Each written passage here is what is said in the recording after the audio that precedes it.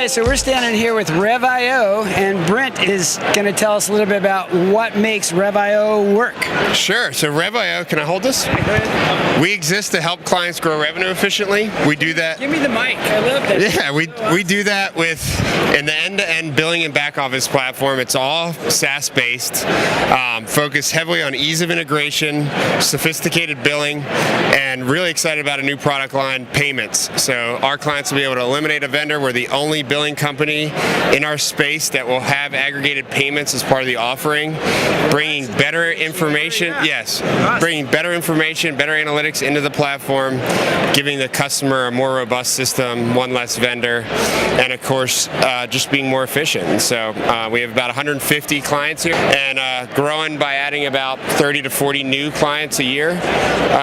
We're at a channel show. One of the differentiators here for our clients, they can turn their channel into actual service providers by reselling our platform with their technology, which is a huge growth area for us and the industry, giving those agents that convert into real service providers an equitable business as opposed to a consulting firm. And so really we think about this industry and how hard it is to be successful, and our company is built around helping them do so efficiently, being successful efficiently. And so, but billing is one thing, because I've seen it be the bane of some customers' existence. Right. And you look at it way beyond that. Right. What you're doing is you're enabling companies, you're helping them deliver better experience, but through what you're doing with some of the distribution, you're enabling them to grow and add more value to their business. Being a part of our ecosystem, every new client makes our client base stronger. There's opportunity for them to buy and sell from each other. So in conjunction with channels, we have a Connects event where we put clients together. And ultimately the goal is to give them opportunities to learn from each other and hopefully win and beat the companies that have stadiums named after them, right? Yeah. And thinking about UCaaS and channels and new technology, how it's being sold, you brought up, but also once it's sold, how's it managed? One of the newer technologies that we're excited about is Sync. The purpose of a soft switch is flexibility. It's ultimately moving towards giving the end user more power, and a lot of the companies that are deploying those switches have gaps between where that technology is today and realizing those values. And we have this ability now, unlike anybody else out there, where we will query a soft switch every day, because if you open that up and allow someone to have the ability to make changes on the fly or have an interface to self-service, you got to capture the billing information. And so we query that switch every day now, and we will match up discrepancies and give analytics to our clients so it'll prompt them to capture any lost potential revenue. And so, man, I love that. That's a new thing that we're doing here that, again, it's different than billing. It certainly ties back to billing, but you're right. It's about helping them grow efficiently and be successful. And we happen to, more times than not, our platform pays for itself when someone's doing that first sync and they see no end users telling you what you're not billing them. Right. They'll tell you when you're overbilling them. Yeah. Right. And so capturing that, truing it up, and then managing it going forward is part of our platform now. There's a story to be told, and companies aren't using data enough. So it's fascinating about what you just said is you're helping companies do something with the data that they're accumulating through the bill. Yeah, with flexibility and openness comes complexity of managing it all. Right. And so our goal is to help make them smarter and make their jobs easier so that they're happier every day and they can have their mind share on growing revenue and serving customers. I mean, I keep hearing about Rev.io really just coming from a natural way because people just love your service. Thank you. I think in large part it's a values-based culture, and how we treat our people is how they treat our clients. And frankly, we love the market we serve. A number of us were in the space and have so much respect for it that it's just a thrill to serve entrepreneurs and the folks here that are building businesses in the space. And it's something that we're honored to do. We just have so much respect for the game itself, because it's hard, it's difficult, and to be able to provide tools that allow them to be their best. Because ultimately, software is software, and people are what really bring it to life and get the most out of businesses and their success. But we look at us as a way of allowing them to spend more time doing what they're best at doing, which is growing their businesses, right? And one thing I know about Rev.io is that you guys have an incredible Yeah, thank you. And you've got everybody I've met and interacted with Rev.io, they're pros. They're passionate about what they do. So I'd love to hear your thoughts on what your process is to, select people, train them, develop them. I'd say first we're really intentional about it, and every time you do something to enhance your culture, you find out there's more you can be doing.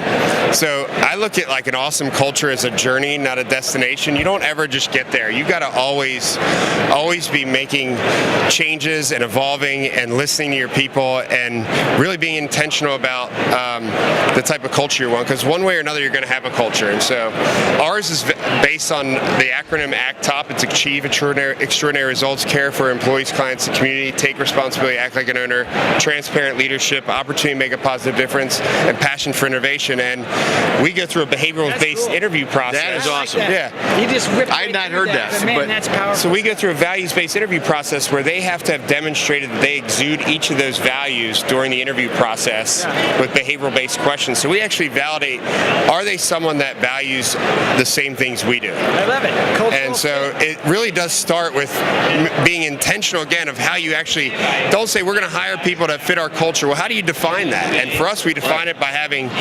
specific questions that the interviewers are picking from, where they have to get real-life examples from each candidate of how they've demonstrated each of those values. How many people are at Rev.io? About 60 employees. We'll add about 19 this year. Yeah, we believe in better before bigger, and when we've really treated our employees and our clients and all that gets really just locked in, growth happens. Yes. And so Who's driving all that thought?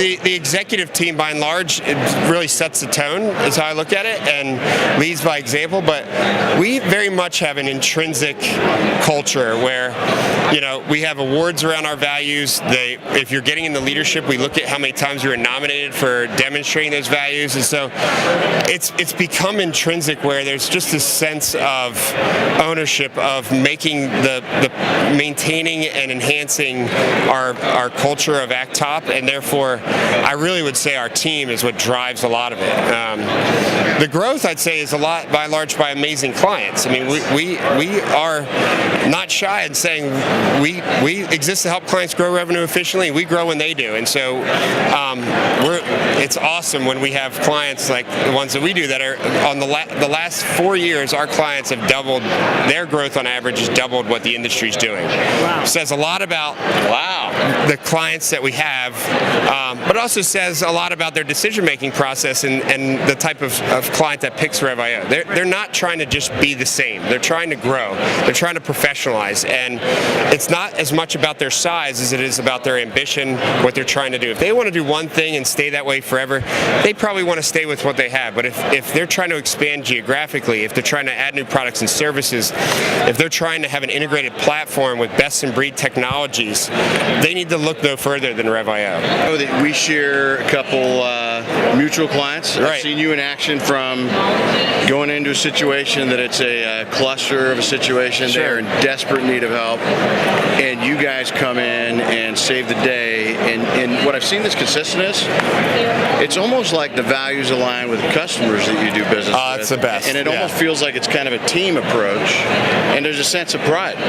When you walk into a client's office and you see 150 or 250 employees and you see your software on their screens, it's humbling and it's an honor. And that's a big illustration, but the same goes for someone that has 5 employees and it's getting going. And so when they're not happy, when they're frustrated, I like to think that because we see it a lot, it's our line of business to be inserted in those types of situations, that we kind of bring a calming effect to this. Like, okay, no, this is it's normal. It happens.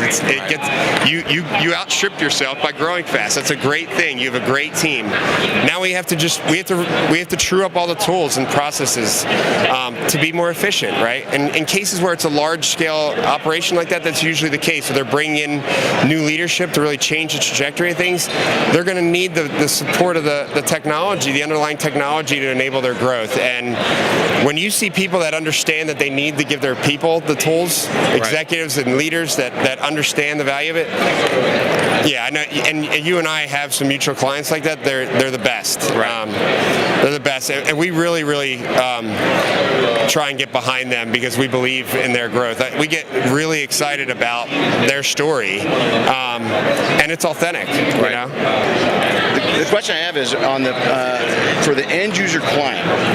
How important is it that they are, if they're searching for the right UCaaS provider, service provider, asking questions around what kind of billing platform is the service provider they might be choosing on? And what types of questions can they be asking to make sure that they're choosing a service provider that can get the billing and the experience right? Sort of simple approach to it would be to make sure you're getting references around those concerns. How do you handle billing issues? Let me talk to someone that's had one in the past. I think that's a smart solution that can sort of ease your feelings. Because look, even with Rev.io, you could have a billing issue because it could be a human error. It could be,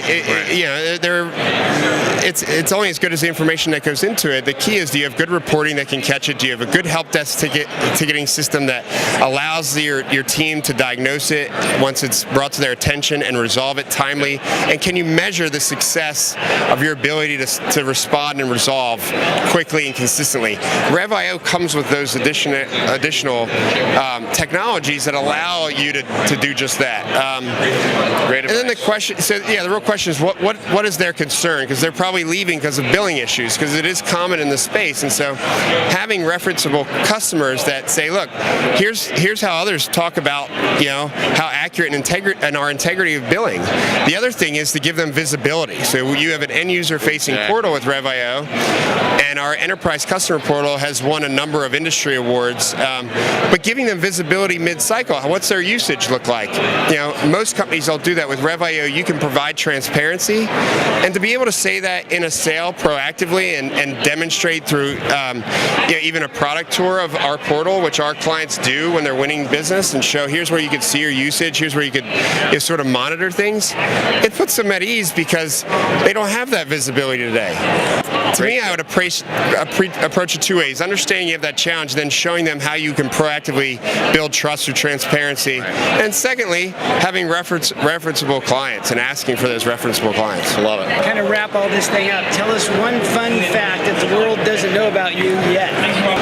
I don't know if everybody knows how passionate I am about leadership development, but that not all that interesting or unique, but I think that's a cool thing I didn't know. Yeah, that's pretty cool. Yeah. So you have a couple of little in your ear. Yeah, so I was a wild child, but I think a lot of the world does know that. I don't know. Tell me about that. Did you used to have earrings? When I was in high school, and they never closed. So I thank you for noticing. You know what? I think I like a nice glass of red wine. Back here too. Thank you. No. Well, thanks so much for joining us. You got it, guys. Thank you. Conversation. Learning more about Rev.io. I appreciate the partnership with you guys.